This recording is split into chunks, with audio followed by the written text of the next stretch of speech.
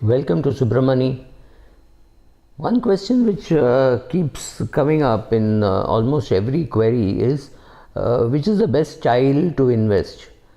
Now, I am convinced about one thing, that there is no one best style for any person or at any point in time or for your whole portfolio.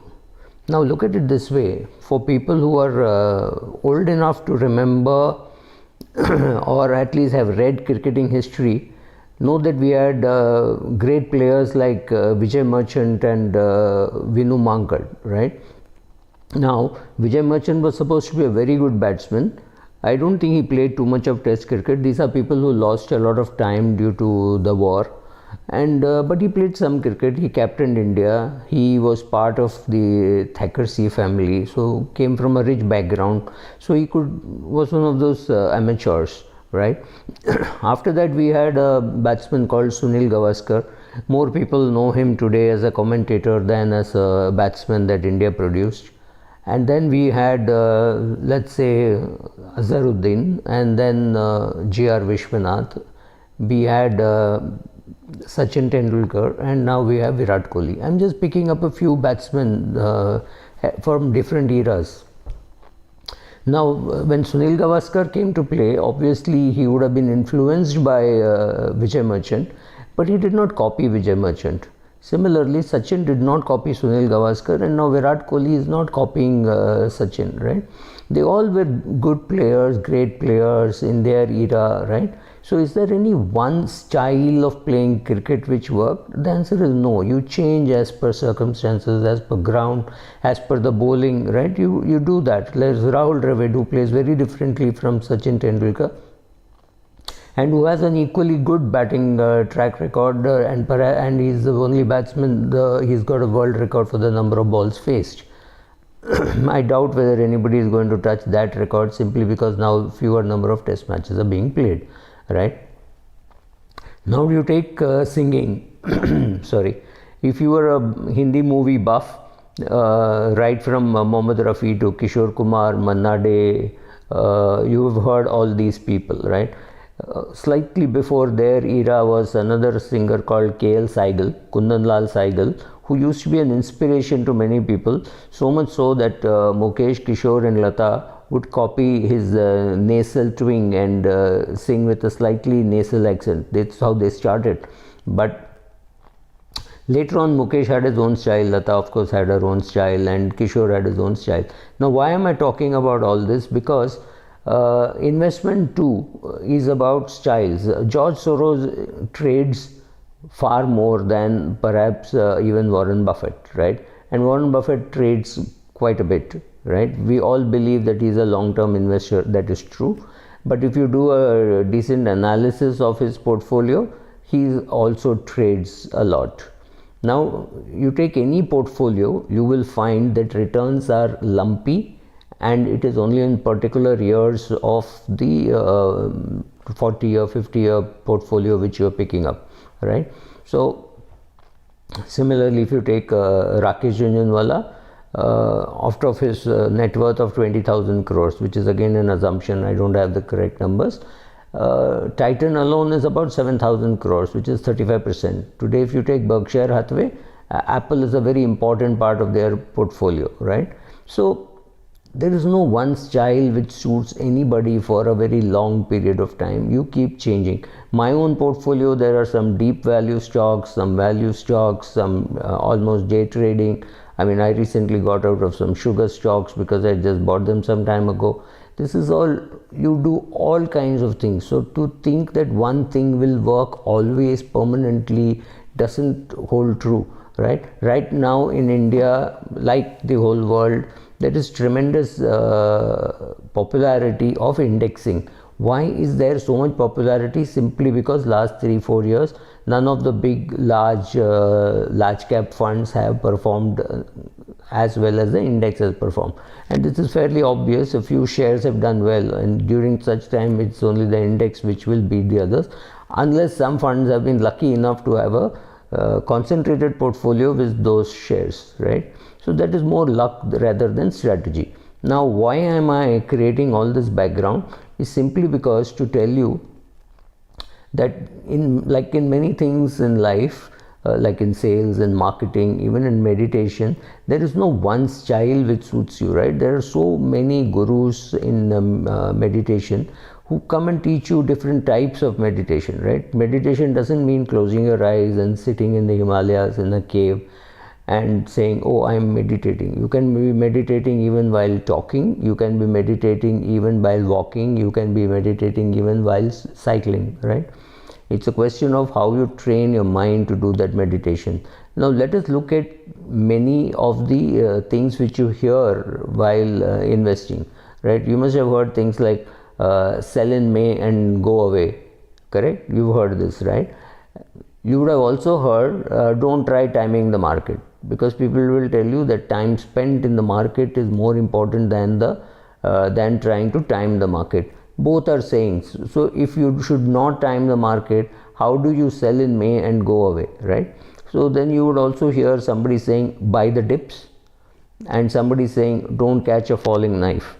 So catching the falling knife is buying in dips. So should you listen to don't catch a falling knife, or should you listen to buy the dips? I can give you a bunch of such sayings which are there.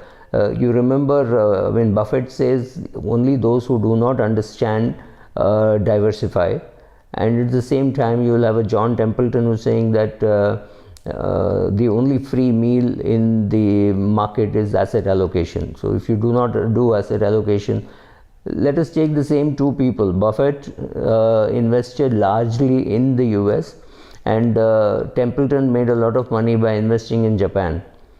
Of course, Buffett invested in a company called Coca-Cola, which invested abroad. So you can always hold portfolios in companies which have invested abroad and say I don't invest abroad, but both are true, right? And today Apple products are owned by Apple, made in China, and sold a lot even in India. So investing in Apple, does it mean you don't invest in foreign countries? Well, you don't, technically you don't, but then your products are reaching. You invest in companies which invest abroad, right? Those kind of things happen. So let us look at more such sayings where you will find both the sayings equally good and you do not know how to handle it, right?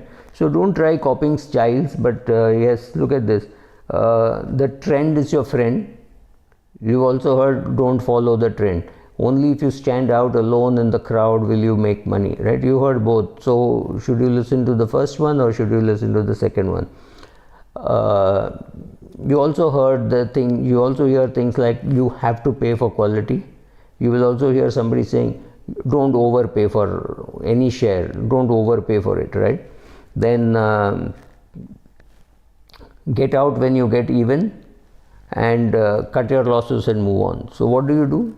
Do you cut your losses and move on and then find the share price go up, or do you get out and say, oh my god, thankfully I got out, and then the share price actually falls even further, right? So all these things will happen. So when you're investing, it is not that when you sell a share, after that the price will only fall. That is what you wish, that is what you think, but that is not always true. So somebody will come and tell you it's not a loss, it's just a buying opportunity, and somebody will say don't lose money. Remember Buffett's rules, don't lose money. So don't lose money largely means don't lose money in the long run. In the short run, things might be very different. You've also heard the very famous this time it is different, and also stay the course. So if it is different, how do you handle it, right? You also hear things like our back-end, our research and our back testing shows us that, right? But you can't really back test emotions. So how useful is it to say I have back tested? Because back testing is also done by a person who has a lot of bias. So right, so back testing may not always work. So what should you do when you hear such sayings? Well, don't panic, don't believe everything, read a lot, come to your own conclusion, try to find mentors if you can. Mentors and coaches can be very helpful. If you remember, Anand Gavande says you should find yourself a coach. Oh, sorry, I think it's Atul Gawande. It's Atul Gawande who's written those books like Being Mortal and Checklist Manifesto, where he says the need for having a coach, right? If Virat Kohli can have a coach, if Sachin Tendulkar had a coach, why shouldn't you as an investor try to find a coach or a mentor, right? Invest in habits. I mean, if you remember the book Atomic Habits, I think it is, I'm not very sure about the book, but yes, this thing about making small changes in your life on a daily basis and seeing its impact on your life, right? Compounding works in health, and compounding works in wealth, right? Compounding works in diet, compounding works in exercise. So do that. Be persistent, be consistent, be disciplined. These things don't change.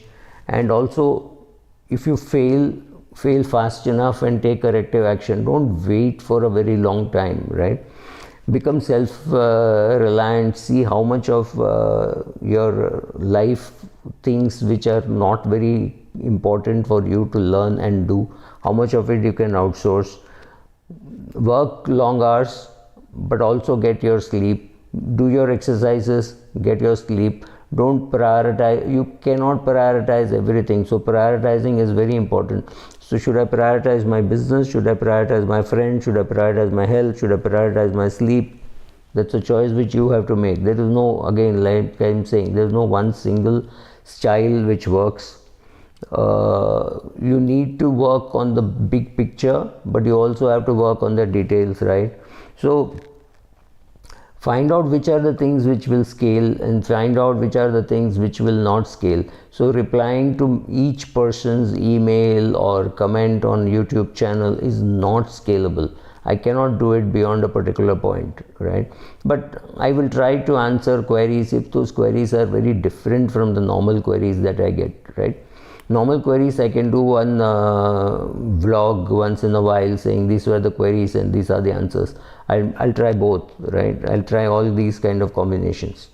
So what are the advantages of blogging? What are the advantages of blogging? There are quite a few advantages.